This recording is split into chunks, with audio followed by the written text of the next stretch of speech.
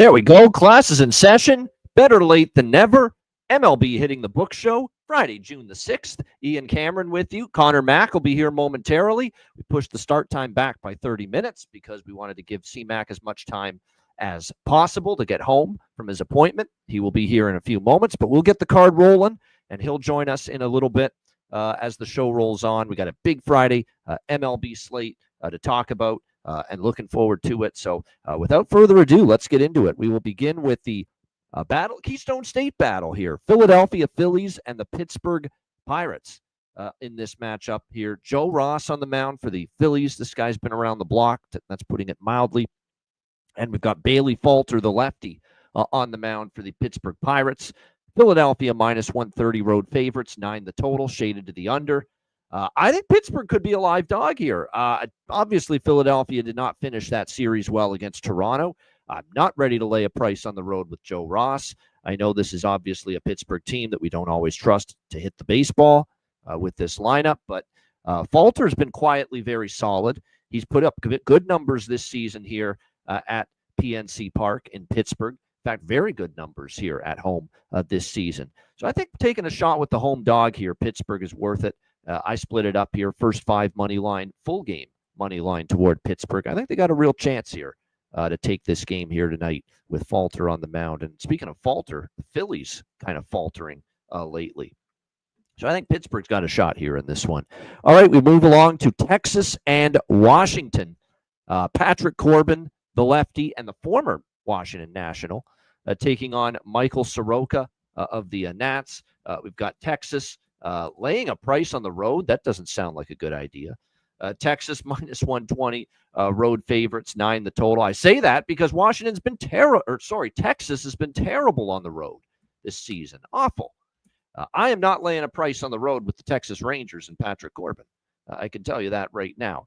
The only concern with Soroka is he's definitely labored since coming back from his injury stint. You know, he's made 5 starts here in the month of May. He's had a couple of pretty good starts. He's also had some rough ones. He's still trying to work his way back.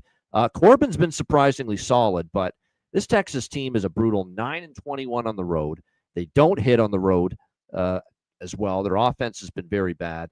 To me, this is either you take Washington here as the small home underdog or you pass the game. I don't trust their bats on the road. I'm even not fully trusting Corbin, even though he continues to put up decent numbers. And he has against this Washington team. Now, it was years ago, but struggled against them. For me, it's Washington or nothing here. The only question is, what are you going to get from Soroka? This could be team total over for Washington as well. That's what I did. I didn't want to put everything on Washington on the money line, but the team total over 4.5 for Washington, I think, could be worth a shot here in this game. Worth noting, the Texas bullpen did not pitch well in that series against Tampa Bay, giving up leads, not shutting the door late. So if Washington can get a few early, they might be able to tack on a few late against that Rangers bullpen. So Washington money line team total over split is kind of what I like there with the Rangers and the Nats. All right, on we go now. Next up, we've got the Boston Red Sox taking on the New York Yankees. The old AL East rivalry back on. We've got Walker Buehler on the mound for the Red Sox. Will Warren for the Yankees. Yankees minus 200 home favorites. The total here at 9. I think I do lean Yankees here. I don't trust the Red Sox right now on the road. I don't trust Walker Buehler fully on the road here either. A Boston team where their bullpen has also struggled, and then we saw that in the series against the Angels, losing 2 of 3. They're just 3-7 in their last 10 games. Yankees winning 2 of 3 against Cleveland. Will Warren, believe it or not, at Yankee Stadium, has pitched okay in this ballpark for the most part, and really okay overall. Before that blow-up he had against the Dodgers in his last start, Will Warren had given up 2 runs or less in 4 straight starts. So there's a good chance he can bounce back. Red Sox lineup, kind of up and down. Buehler got roughed up in his last start by the Atlanta Braves, allowing 5 runs on 10 hits and 5.2 innings. So again, my lean here is Yankees, but there's no bet here. It's well priced. I'm not interested in even Will Warren's exceeded my expectations. But that doesn't mean I'm ready to lay minus a 200 price with him here in this spot. So Yankees probably get the win, but it's a pass for me with this one. All right, we continue along. Arizona, Cincinnati. We got a battle of lefties on the mound here. Eduardo Rodriguez for the Diamondbacks, Nick Lodolo for the Reds. Arizona, rather, a slight road favorite here, about minus 115, and the total here sitting at 9.5. Total's gone up a bit. I could see it. The problem is the Reds' offense is sometimes very, very flighty. That's a good word for it, flighty. You expect them to hit, and they don't. And we kind of saw that in the finale against Milwaukee. I thought it was set up nicely for them, and they just couldn't get anything going against Priester and Hall, the first two pitchers that pitched in that game for the Brewers, and the Reds really couldn't get anything going. Lodolo's been pretty solid, 3.13 ERA for the Reds. He has been a little bit hittable. He's actually been better on the road, Nick Lodolo, than at home. Here in Cincy, he's given up 6 runs in his last 10.1 innings, which isn't great. So we'll see if Arizona can have some success. I don't trust Eduardo Rodriguez. He's given up 4 runs or more in 5 straight starts. All 5 of those games, by the way, each of the last 5 Eduardo Rodriguez starts have gone over the total. So I played over 9 here. I know the Reds' offense can sometimes be dicey. Outside of the 4-2 win against Milwaukee in the middle game of that series, they have scored 3 or less in 4 of their last 5 games. But yeah, Eduardo Rodriguez has just not been in very good form. 5 straight starts by him have gone over. So a warm night, too, here in Cincinnati. So over 9. It's gone up to 9.5 in a lot of spots. But yeah, I did play the over here with the Diamondbacks and the Reds. All right. And by the way, the Arizona bullpen had to be used quite a bit in that series against Atlanta. What an amazing comeback for them yesterday against the Atlanta Braves. Just shocking to see how that one turned in the 9th inning with that 7-run 9th inning to come back from down 10-4 to beating Atlanta 11-10. Just a crazy comeback by Arizona. We'll see if they can keep it rolling, keep that momentum going here into this game tonight. All right, Houston, Cleveland. We got Gordon taking on Allen here in the matchup. From a pitching standpoint, Astros about a minus 130 road favorite. The total here, 8 shaded to the under here in this game. This is probably one where with Colton Gordon is someone that we're going to have to see a little bit more from him. The early returns have been so-so.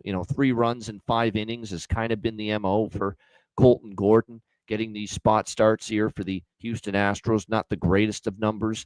Logan Allen, meanwhile, here in Cleveland, he's pitched pretty solidly on the road. He's had some bumps, but like with some of these Guardians pitchers, it can be a little bit better at home than on the road. So you look at both teams as far as the lineup is concerned. The Astros, outside of that 8-run outburst against Pittsburgh, they've been scoring 3 runs or less in the majority of their games. The Guardians really haven't been hitting all that great. They scored just 6 runs in 3 games of their series against the New York Yankees this week. So this could be an under here. I just don't know if I love the quality of the starters enough to bet it. I kind of want to bet the 2 lineups and their form under the total. Do I trust Gordon and Logan Allen enough? Is the other, but I still do lean to this game, maybe staying under the total here tonight between the Astros and the Guardians. But I didn't make a bet on this game. It's a pass. I just lean to the under. All right, next up, Cubs, Tigers. We've got Brown on the mound here for the Chicago Cubs. What can Brown do for you? Ben Brown, that is. Tariq Skubal for the Tigers. We've got Detroit minus 195, 200 home favorites, and the total here sitting at 7. Pretty much across the board. This is probably Tigers' first 5 full game run line, if anything, with Skubal. Clearly has the edge over Ben Brown. I don't think we're splitting the atom figuring that one out with Ben Brown's 5.79 ERA, which is just not very good. 14 runs allowed in his last, 9 innings pitched, which is pretty bad against the Reds and the Marlins. That's the Reds and the Marlins that have done, significant damage here against Ben Brown. So I don't want anything to do with the Cubs and Ben Brown in this spot. 3 straight overs. What do you get from Skubal? Well, if the last 2 starts are any indication, dominance is what you're going to get from Tariq Skubal. He hasn't given up an earned run in 16 consecutive innings over 2 starts against the Royals and the Guardians. Now, those aren't 2 great lineups by any stretch, but still it shows how the dominance of Tariq Skubal's been so far this year. I guess the only concern would be for the overall majority of the year, Cubs against lefties have been pretty solid. That has not been the case as much, though, lately. In the last 10 games, this Chicago Cubs lineup is hitting just 183 as a team and averaging just 2.5 runs per game against lefties. So I'd look at a Cubs team total under and or Detroit first 5 run line, full game run line. Believe it or not, I didn't bet the game because I really think this is a big price to be giving a team like the Chicago Cubs, who have a 39-23 record. Like, they're only 2 wins less than Detroit, who have a solid road record as well. They have a 19-12 winning mark away from Wrigley Field, and you're giving them this kind of a price. It's the only reason I didn't bet Detroit in any fashion, but clearly I don't trust Brown enough in this spot. You could maybe look at a Tigers team total over if you trust that Ben Brown's going to get hit once again, which has obviously been the case with 14 runs allowed in his last 2 starts combined.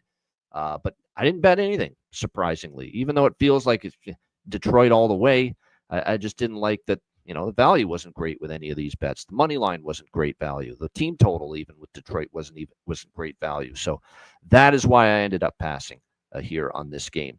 All right, before we continue, C-Mac will hopefully be along in just a few moments. Shout out to the chat, Old E, Timothy Hake, Brian Elfring, Nick Elvento, Gerald Jones, Wine Time Sports. Of course, you can see him as well on Jimmy's show, Betting with the Bag. Good to see you at Wine Time in the chat. Good to see all of you in the chat, and I hope you're enjoying your Friday. I hope you enjoy the weekend ahead, and hopefully we've got some good results on the betting board coming for everybody this weekend.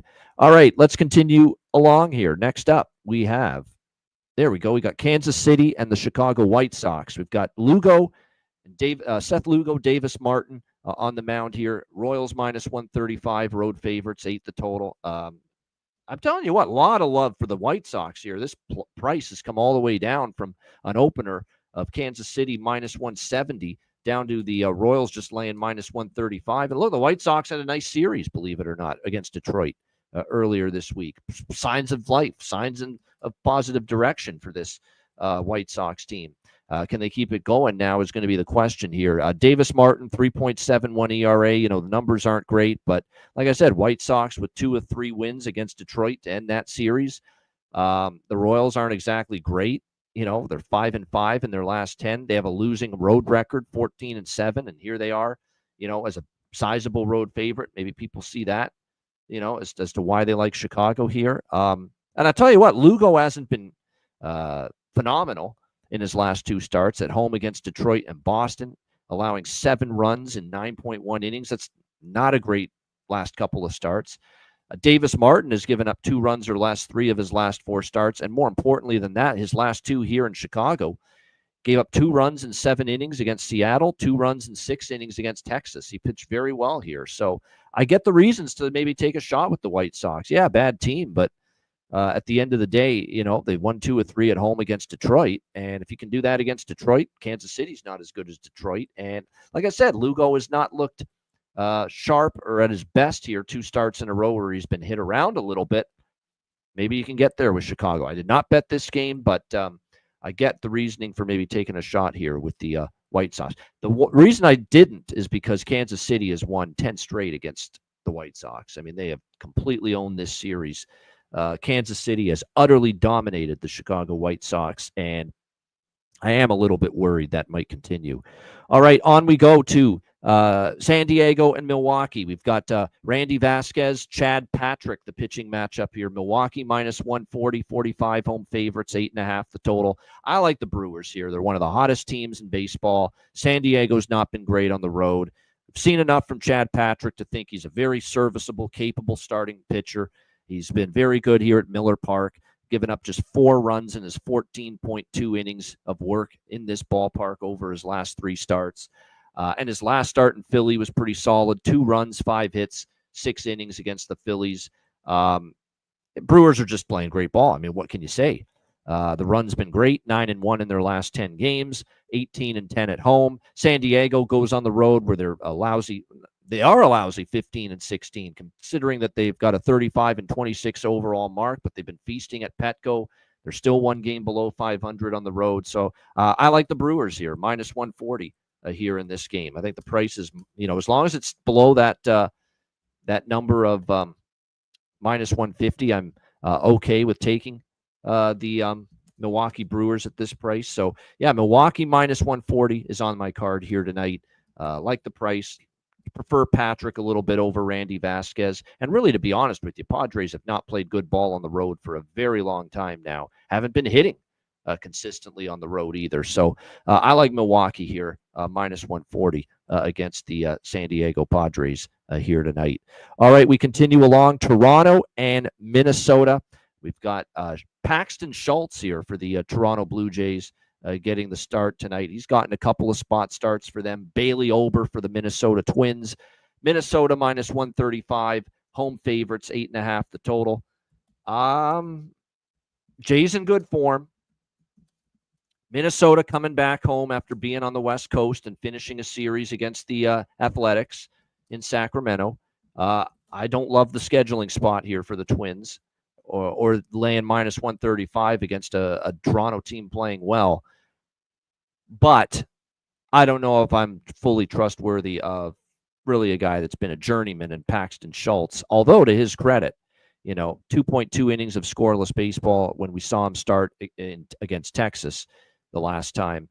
And also what I'm concerned about with taking Toronto, even though I'm leaning Blue Jays, Bailey Ober's pitched pretty well here at home at Target Field. 2 runs in 5 innings against Baltimore. 1 run in 6.2 innings against Kansas City in his last home start. He has pitched pretty solid here at Target Field. Minnesota's got an excellent home record, 18-8 on the season here at Target Field. So it's just, as you can tell by the way I'm talking, I've got conflicting arguments both ways, side and total for that matter. It can make a good argument for the under. Bailey Ober's kind of been trending under in his home starts. Toronto, though, is on this kind of an overwave. I mean, Toronto's crazy where they've gone on overheaters. Then they were on this massive, torrid underheater when they couldn't hit a lick just a couple of weeks ago when they played Tampa and Texas. They couldn't hit. And all of a sudden they can't score and their games are going under. And now all of a sudden here, the 2 home series against the A's and the Phillies, and they're flying over the total again. So, yeah, Toronto, Minnesota, over, under. When I can make a decent argument for both sides and I can make a decent argument for both totals, that tells me I should pass, and that's exactly what I'm doing here with the Blue Jays and the Twins here tonight. If I would prefer Jays and over, but like I said, I don't love it here in this particular spot. All right, we continue along here. Next up, we've got the Dodgers and the Cardinals. We've got Robleski, the lefty, here on the mound for the L.A. Dodgers. Justin Robleski. Sunny, yesterday my life was filled with rain. Sonny Gray for the St. Louis Cardinals. We've got St. Louis minus 120. Home favorites, 8.5 being the total here in this game. I worry about this scheduling spot for the Dodgers. You just got through playing back-to-back series at home at Dodger Stadium against the 2 New York teams, the Yankees and the Mets. You had history with both of those teams. You played one in the World Series. You played the other in the NLCS last year. 2 very hyped series, 2 big-time series, 2 exhausting series, back-to-back at home against the Yankees and the Mets. A thrilling comeback 6-5 win yesterday for the Dodgers against the Mets to finish that series. And now you're going on the road here to face the St. Louis Cardinals. Just from a pure spot perspective, I don't know if it's a great spot here for the Dodgers. And the Dodgers are another team. Like so many of these other teams, they've got a very good overall record, but a lot of the damage has been at home. Dodgers just 1 game above 500 on the road this year. We'll see what we get out of Robleski making this spot start. It's going to be probably a reliever by committee type of game here for the L.A. Dodgers. Meanwhile, for the St. Louis Cardinals, we got Sonny Gray on the mound, who he had one just brutal outing against the Philadelphia Phillies. But besides that, he's been pretty sturdy, pretty solid. You look at him here at Busch Stadium. Last start against Texas was a gem, 10 strikeouts, shutout ball in 7 innings. He gave up just 3 runs at home against Arizona, shut out Detroit in 6 innings. He shut out Pittsburgh in 7 innings. All those games were here at Busch Stadium. So I think the Cardinals are favored here for a reason. I do lean to the Cardinals here, minus 120. I did not bet this, but I think I might. This is a game I might add to my card. I have not bet it yet, but I think I'm talking myself into St. Louis here a little bit. I think it's a bit of a tricky spot. Dodgers off the 2 series against the Yankees and the Mets. Big-time series, big comeback yesterday. And I think the Cardinals definitely have a little bit of a spot advantage here in this game. Plus, Sonny Gray's been really good, including here at Busch Stadium this year. So definitely Cardinals are passed for me in that game, and probably will add the Cardinals to my card in some fashion here. All right, on we go to the Mets and the Rockies. We've got Kodai Senga, and it looks like a pitching change. It was supposed to be Senzatella for the Rockies. It's Ryan Rollison instead, a lefty who's going to make a spot start here for Colorado. The Mets minus 280, road favorites, 10.5 the total here in this game. I mean, let's get the fire hydrants out. Put this team out. They're on fire all of a sudden. I'm talking about the Colorado Rockies, that is. They figured out finally. It took them until early June, damn near 2 months, how to win multiple games in a row, how to put string wins together. But my goodness, they finally did it. And not just did it, they swept all 3 games of their series against the Miami Marlins. So what can you say about Colorado? Look out. They got a heater going. 3 straight wins. To improve to a gaudy 12-50 on the season. So we'll see how this one plays out. Senga for the New York Mets, 4 wins in his last, or the Mets have won 4 of his last 5 starts as a team. He's been really good. I mean, what else can you say? He's given his team a chance to win every time he's taken the mound. He has given up a grand total of just 6 earned runs allowed by Kodai Senga in his last damn near 30 innings pitched. So he's been really, really strong for the Mets. Now, he has not pitched in Coors, and we sometimes are leery of backing those starters who have never pitched at Coors Field before because it's a totally different kettle of fish. You got to be able to show you can get the job done here in a ballpark like this. We'll see if Senga can do it. We've got Ryan Rollison getting the spot start here, 27 years old. He's first-round pick a long time ago, 4.5 ERA in a bullpen role for Colorado this year. 5 runs, 10 hits, and 10 innings. None of those numbers are great. So this is probably, it's not probably, it is. I took the Mets team total here, over 6.5. A full game over, I lean that way. Justin likes the full game over. I lean that way, but I'm concerned if the Rockies do their part. If the Rockies are able to do their part offensively here against Kodai Senga. I'd rather trust in the Mets to do most of the damage. So that's why I'm going to go with the Mets team total here, over 6.5 in that plus 100, minus 110 range. Again, I know they've won 3 in a row, but when the Rockies lose, they typically give up a lot of runs, especially here at home. They've given up a lot of runs in their home losses. So we'll see how they go here. But like I said, Mets team total, we'll get in on that for a little bit here at 6.5. All right, we've got just, looks like a few games left, three games left. They're all the late games here on the Friday slate. We'll go to Seattle and the LA Angels. We've got Bryce Miller and Kyle Hendricks, the pitching matchup here in this AL West battle. We've got Seattle minus 135, road favorites here at Angel Stadium. The total here is, it was 9. It's up to 9.5 now at the majority of places. So shop around. There are a couple 9s still out there. So make sure you shop around when it comes to this total. Over for me. I think it's an over game. When you look at these 2 lineups, when you look at Bryce Miller, it's really same old with him. He's not a guy that I trust on the road at all. In fact, he's not a guy I trust at all because you usually could rely on Bryce Miller to pitch well in Seattle. Many of those Mariners pitchers are great at home, bad on the road. Bryce Miller's been bad everywhere. We know he's always struggled on the road. Last 2 starts at home haven't even been that good. Gave up 3 runs, 5 hits, 4 innings against the Twins in his last start at home. Before that, Toronto just crushed him in Seattle. 7 runs, 8 hits, 5 innings. So Bryce Miller's just not been good anywhere of late. So I think the Angels can do some damage. The Angels lineup starting to pick it up. That Boston series, they were very good. 20 runs in the 3 games. So again, it's a team that they couldn't hit for a while. They were red hot at the plate, then they went cold. Now they're heating up again, the Angels. So, Yeah, I think they can get to Bryce Miller, who's just not been in good form. And this Mariners bullpen has not been good lately either. 4.66 ERA on the season, but 7.13 ERA in the last 10 games for this Mariners bullpen. That's not good. I don't think highly of Hendricks. I don't trust him all that much. And yeah, has he been terrible? No, but still 5.4 ERA his last 5 starts.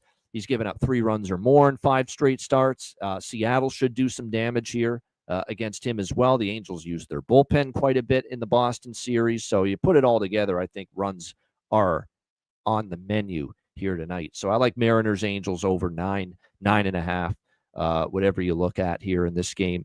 I lean Angels money line, Nick. The Angels team total makes sense. I definitely think they have a chance to win this game. I'm just always leery of backing Hendricks. And Seattle's lineups boom or bust. They can strike, and they were rolling, a month ago, but they have cooled off a bit. I think they can do enough for the full game over. But I get liking the Angels here in some form as well, or the team total for the Angels. All right, on we go. We've got the Orioles and the A's. Dean Kramer against, I don't think we've got a pitcher at the moment here for the A's. Well, it was supposed to be J.P. Sears. We'll have to wait on that. But right now it's Baltimore minus 130, road favorites, 10.5. I don't even give 2 shits who starts for the A's. I like the over here, even at 10.5. This is just an utter over machine right now, the Athletics.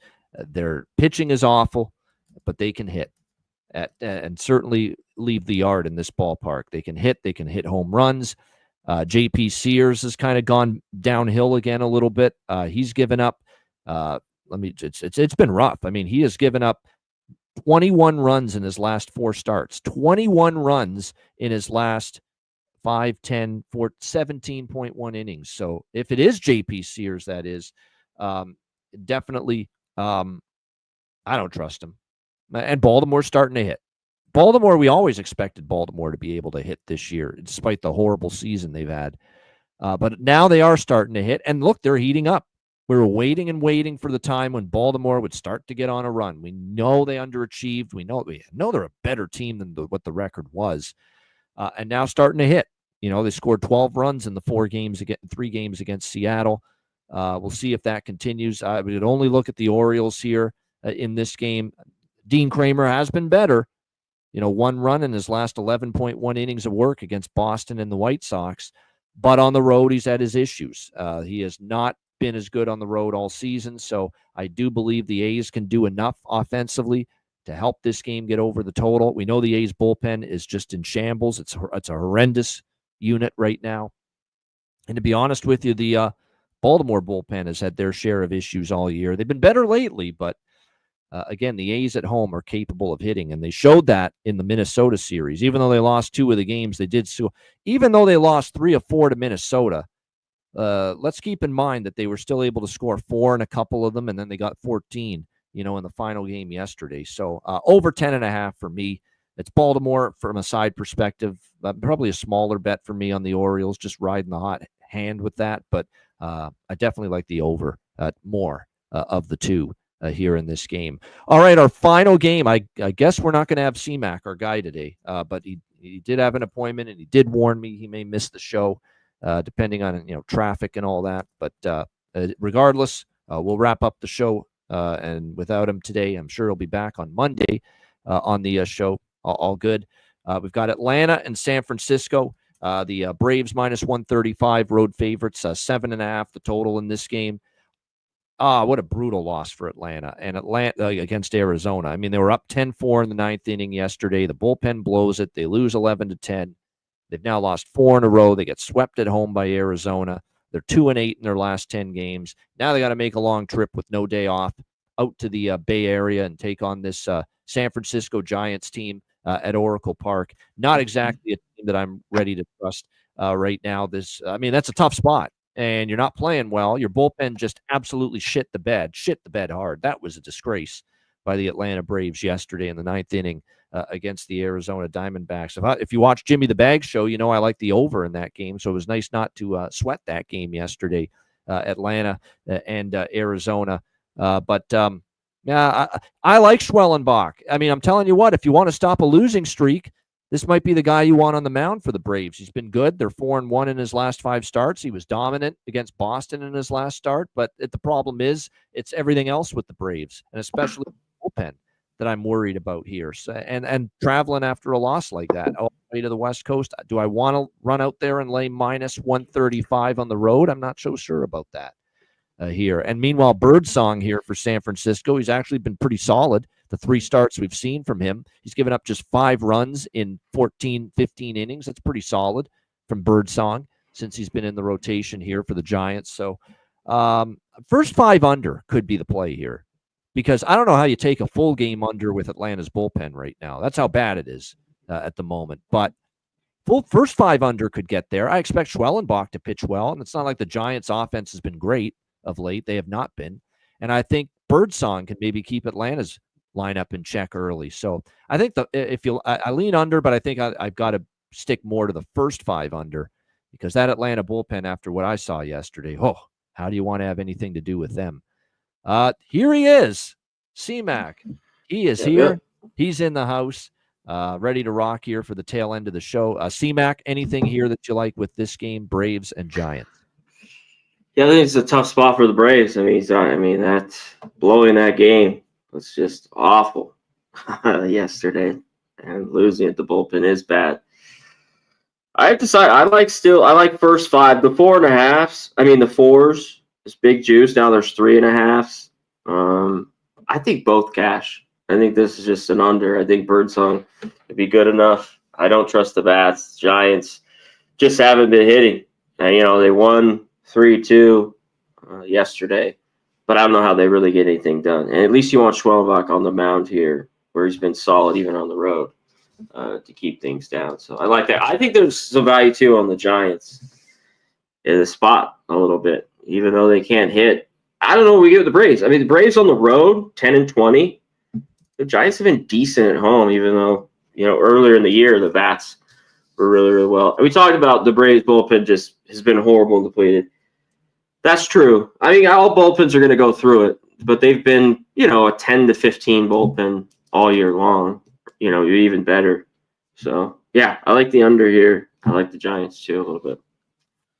All right, good stuff indeed. There we go, Braves and Giants. All right, Jack of the day for this Friday slate. I'm going to throw one out there right away. Addison fucking Barger, the Toronto Blue Jays. Finally bet him. And he continues to just come through. It's really remarkable, the run that he's on, hitting at the moment. So I like Addison Barger for the Toronto Blue Jays here. Soderstrom against Dean Kramer for the Athletics. I think that's probably a good one as well. I expect runs in that Orioles-A's game, like usual with an A's game. So, I definitely think we could see some home run potential there in that game. Lawrence Butler. The Butler did it. Adley Rutschman starting to heat up, and he's homered if Sears gets the start, that is, for the A's. But he's homered off Sears in the past. Adley Rutschman, his bat is starting to get going, so that might be worth a look. Rowdy Tellez has a homer against Kyle Hendricks in the past for the Seattle Mariners, so that's one I'm interested in. So those are some of the Jack of the day for me for this Friday night. C-Mac, anything home run wise that you're liking? Yeah, to touch on one of those last games, I haven't bet the Orioles, but I think there's kind of the only way to go. Finally, won 6 in a row? Yep. Is it 5 or 6? Yeah. So hey, if you're serious about trying to get back into this thing and save your season, you got to think 2 of 3 you got to win here or sweep these guys. Yeah. Yes. So total's a little weird. I mean, we haven't seen too many 11s. Now 10.5. And what do we get from the A's? Who's just finally break out and score 14. And Kramer, his last start was very good, right? Even his last 2 have been pretty good. Anyways, I thought the price was a little bit high. But on the road has been his issue, and I noted that. That's been more of his problem. Yeah. But anyways, I was leaning to that. That was the last game. Talk to the Jacks. Cody Bellinger. I mean, he's only 1 for 2 with a homer, but he homered last night. I like here, plus 425. That was about it. Taylor Ward. I think the best number is just plus 380 I found. He's 4 for 10. That's a game, real quick. I like the over in Angels Mariners with those 2 pitchers. Yep. I know it's 9.5, but I think Mariners at home, not scoring runs, kind of get back on the road and try to get going because their offense hasn't been great. And we know these bullpens, especially the Angels, can give it up late with the starters. So over there, that's it. I'll just give you those two. I have a couple others, but that's it. Yeah, I'll give you one. 2 homers against Buehler for Trent Grisham of the Yankees. So there's another one to keep an eye on. Trent Grisham here for the New York Yankees, as far as being able to hit Walker Buehler, which is something he's been able to do in the past. So definitely there. Another one I'll throw out there. Before we get to, well, actually, you know what, Connor Mack, I'll turn it over to you right now. All the games you joined us for the Braves Giants. You mentioned a couple of the other games you liked, but any other games you liked that before you got in on the show, and also give us your best bet. Floor is yours. It's Connor Mack time. Yeah. Well, yeah, I don't want to take too long. I had an appointment go way too long today. So. They all do. Well, it depends. Would I go? And you know what I mean. So, I got shit to do, man. But anyways, Cardinals. The line just moved too much. Now, it's gone all the way to minus 130. That's the one last night that I was at even money. I'm like, I think this moves, but I didn't think it moved that much. That was about it. I kind of like the Blue Jays plus 120. Royals, White Sox under 8 in that game. That's it. I almost moved. I just can't do it. Yankees are playing to unders. I like that Red Sox Yankees. I think there's going to be runs, but this would be a great game to do it with Warren and Buehler, but I couldn't do it in the end. Like I talked about, Yankees just unders. Even the series has gone under a little bit more between the Yankees and Red Sox as of late. No more 4.5-hour Yankee Red Sox games, of course, anymore. Best bet, I'll throw it out. Yeah, go ahead. No, just best bet. I'll post it out there too. I forgot to put juice on these. Anyways, Braves, Giants. Give me the under. Full game, 7.5. I got minus 105. It's a little higher juice now, but give me the full game. All right, there you go. Atlanta, San Francisco, under 7.5 for CMAC with best bet for this Friday slate. My best bet, there are 9s out there, and I think CMAC mentioned he liked it. I already picked it out as my best bet, and I'm going with it. Let's go Mariners, Angels over 9, minus 120. Bryce Miller used to pitch well at home.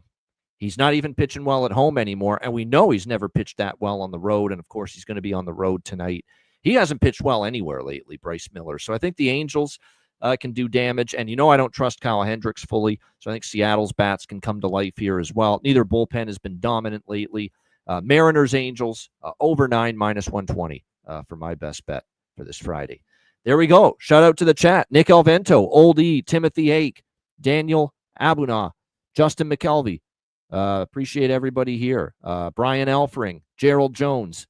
Thank you to everyone for joining us. Hit the like button on the way out. Another week in the books, and we'll be back with you on Monday. Once again, looking forward to it. Hope you all have a great weekend. For Connor Mack, I'm Ian Cameron. Have a great Friday night and a great weekend. Enjoy the games, and good luck. We will be back Monday, 5 p.m. Eastern, 2 p.m. Pacific, for another edition of the MLB Hitting the Books show. Until then, class dismissed.